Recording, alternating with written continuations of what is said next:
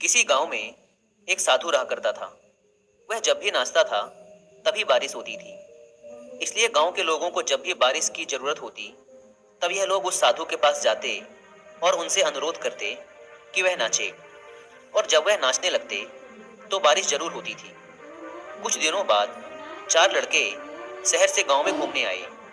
जब उन्हें यह बात पता चली कि किसी साधु के नाचने से बारिश होती है तो उन्हें यकीन नहीं हुआ। शहरी पढ़ाई लिखाई के घमंड में उन्होंने गांव वालों को चुनौती दे दी कि अगर हम भी नाचेंगे तो बारिश होगी, और अगर हमारे नाचने से बारिश नहीं हुई तो साधु के नाचने से भी बारिश नहीं होगी। अगले दिन सुबह सुबह गांव वाले उन चारों लड़कों को लेकर साधु के कुटिया के पास पहुंचे। गांव वालों ने साधु को सारी बात बताई। फिर उन लड़कों ने नाचना शुरू किया। पहले लड़के ने नाचना शुरू किया। आधा घंटा बीत गया। फिर पहला लड़का थक कर बैठ गया, पर बादल नहीं दिखे। कुछ देर बाद दूसरे लड़के ने नाचना शुरू किया और एक घंटे बीतते बीतते वह भी थक कर बैठ गया। बाकी दोनों लड़कों ने भी ऐसा ही किया, पर बारिश नहीं हुई। अब साधु की बारी थी। उसने नाचना शुरू किया। एक घंटा बीत गया, पर बारिश नहीं हुई। साधु फिर भी नहीं रुका, वह नाचता ही रहा। नाचते नाचते 2 घंटे बीत गए, पर बारिश नहीं हुई।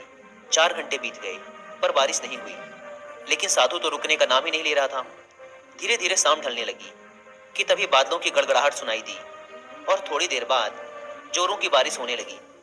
यह देखकर चारों लड़के दंग रह गए और तुरंत साधु से क्षमा मांगी।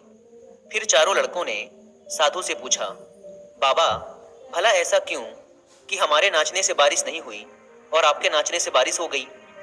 साधु ने उत्तर दिया, जब मैं नाचता हूं तो 2 बातों का ध्यान रखता हूं।